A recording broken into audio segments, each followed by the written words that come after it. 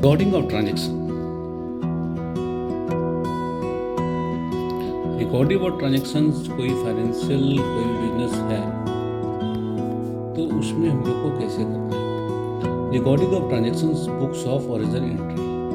आज लोग इसके बारे में समझते हैं कि बुक्स ऑफ ओरिजिनल एंट्री ये है क्या, इसे बुक्स ऑफ ओरिजिनल एंट्री क्यों कहते हैं और ये जनरल में किस तरह से सारी चीज़ें होती हैं। Books of original entry. When a businessman start their company, one of the primary things they do is keep a track of their everyday transactions. These transactions are recorded on the timely basis, depending on the nature of their business, in a book before they are transferred to ledger account. तो यहाँ पर देखिए, एक पहला तो समझिए कि transfer to ledger account को थोड़ा भी साइलेंट रखते हैं।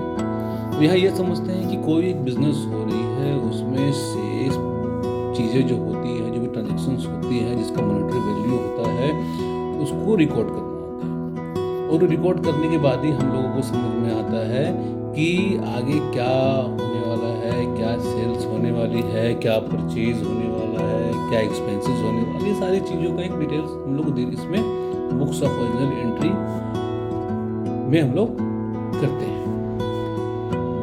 Books of original entry is nothing but an accounting book or journal where all transactions are initially recorded. Initially मतलब फर्स्ट जो वहाँ पर हम रिकॉर्ड करते हैं वही है books of original entry general बोलते हैं। All the business transactions, their details and descriptions are first recorded in the books of original entry. अब मान लीजिए कि छोटा सा एग्जांपल लेते हैं कि आप सेल कर रहे हैं, कैश सेल कर रहे हैं, ठीक है ना। तो आप जो केस सेल कर रहे हैं, जो इसका एंट्री करिएगा as per the golden rule, ठीक है, वो एंट्री होगा cash account debit to sale, ठीक है। अब एक सेल के being good sold, cash good sold, ये सारे डिटेल्स हम लोग को एक एंट्री में करना होता है, ये जो कि हम लोग बुक्स ऑफ ओरिजिनल एंट्री में जानते हैं। आशा है कि कोई कन्फ्यूजन आप लोगों को नहीं हो रही होगी। आप इस तरह कोई रेंट पेड कर रहे हैं, कोई भी एक्सपेंस हो रहा है, या बिजनेस में पूंजी आ रही है, या परचेज हो रहा है, या कुछ एसेट्स को हम लोग खरीद रहे हैं, ये सारी चीज़ें जो भी है वो एक बुक्स ऑफ ओरिजिनल एंट्री जहाँ पर हम लोग इनिशियल रिकॉर्ड करना पड़ता है, ठीक है, as per the golden rule, जैसा मैंने आपको बताया है गोल्डन रूल। अब यहाँ पे देखिए, when the size of business is a small one, then is possible to enter each and every transactions in the journal, but the size of business grow, it becomes no longer possible to record each and every transactions in the journal. In such, journal is divided into number of sub journal known as special purpose subsidiary books. अब देखिए, अब छोटा सा अगर व्यवसाय है, छोटा सा बिजनेस है, तो वहाँ पे 10, 12, 15 एंट्रियाँ हैं, तो उसका जनरल में आप कर सकते हैं, कोई दिक्कत नहीं है, एंट्री कर लिया आप, ठीक है ना। भाई कितना हम लोग खरीदे, कितना बेचे, क्या एक्सपेंसेस किए, क्या ये सारे रूल्स हम लोग एंट्री कर लिए। लेकिन अगर बिजनेस बड़ा हो तो ये पॉसिबल नहीं है कि सारी चीज़ों को हम लोग जनरलाइज उसको हम लोग कर पाएँ सब वो सिर्फ जनरल में। तो उस चीज़ों को की कमी को दूर करने के लिए कोई स्पेशल पर्पस बुक बनते हैं जिसे हम लोग सब्सिडरी बुक्स बोलते हैं। अब यहाँ पे A journal can be two types, a special journal or general journal. A general journal is where the business transactions and event first recorded. For that reason, it is often called the books of first entry. भाई question आ सकती है कि books of first entry इसे बोलते हैं, तो आराम से लिख सकते हैं, कोई दिक्कत यहाँ पर नहीं है।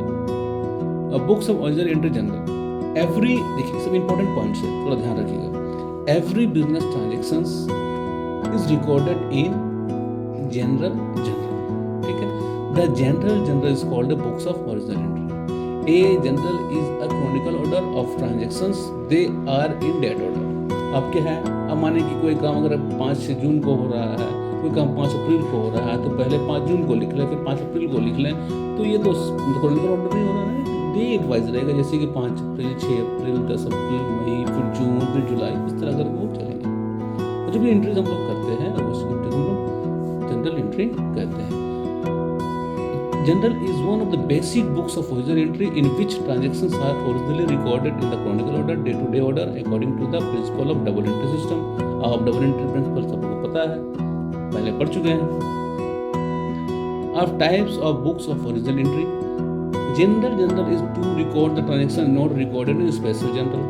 वैसा ट्रांजेक्शन जो कि स्पेशल जनरल में रिकॉर्ड नहीं है उसको हम जाने के लिए रिकॉर्ड करके रख सकते हैं. और इस स्पेशल जनरल में क्या है कि सेल्स जनरल है, परचेज जनरल है, रिटर्न इनवर्ड जनरल है, रिटर्न आउटवर्ड जनरल है, कैश बुक होते हैं. ये सारी चीज़ें सेल्स का जहाँ क्रेडिट सेल्स हो to record sales invoices issued by the firm when the selling goods on credit. Sales करने का इस तरह परचेज भी जहाँ वहीं पर है जहाँ पर हम लोग सेल्स हम लोग परचेज कर रहे हैं हम लोग क्रेडिट में. Return inward record sales return from the customer. Return outward to record purchase return to the suppliers. Cash book to record received payments. अब ये फॉर्मेट है जनरल का 1 2 3 4 5 बस ये याद रखें. छोटा सा फॉर्मेट है इसमें जहाँ पहले डेट लिखना है, फिर पार्टिकुलर्स लिखना है, फिर लेजर फुल्ली होता है, फिर डेबिट अमाउंट होता है, फिर क्रेडिट अमाउंट होता है. एक बार मैं आपको एग्जांपल बता देता हूँ. चलिए अगर हम लोग सेल कर रहे हैं तो पहले हम लोग डेट में क्या डालेंगे भाई, किस डेट को सेल कर रहे हैं, सेल की एंट्री क्या होगी. सेल्स नॉमिनल है, कैश भी नॉमिनल है. तो यहाँ पर क्या नंबर का क्या है, debit all expenses and losses, credit all income and gains, debit all expenses and losses, credit all income and gains. ठीक है. यहाँ पर हमारा क्या हो रहा है, अगर ये सेल कर रहे हैं तो कैश आ रहा है ना, कैश आ रहा है. तो यहाँ पर कैश से हमारा हो गया रियल अकाउंट है तो debit the receiver and credit the giver का रूल लग जाएगा. Cash account debit. और यहाँ पे सेल हमारा हो रहा है, क्रेडिट में हमारा इनकम हो रहा है, ये मैं सेल कर रहे हैं तो वो क्रेडिट चला जाएगा. तो cash account debit to sale account. Narration लिख दिए being good sold on cash, क्या बेचे हैं वो भी अब रिमार्क्स कर सकते हैं आसानी से. एलएफ लेजर शेड्यूल, जहाँ पे अगर हम लोग जब इसका एक लेजर बनाते हैं जहाँ पे कैश का या सेल्स का सारा लिखना पड़ता है वो नंबर यहाँ पे एंटर होता है. डेबिट अमाउंट क्या होगा, क्रेडिट अमाउंट क्या होगा. ऐसा करते हैं आप लोगों को समझ में आओगे. अगर समझ में आए तो थैंक्स, सब्सक्राइब लाइक ज़रूर करिएगा.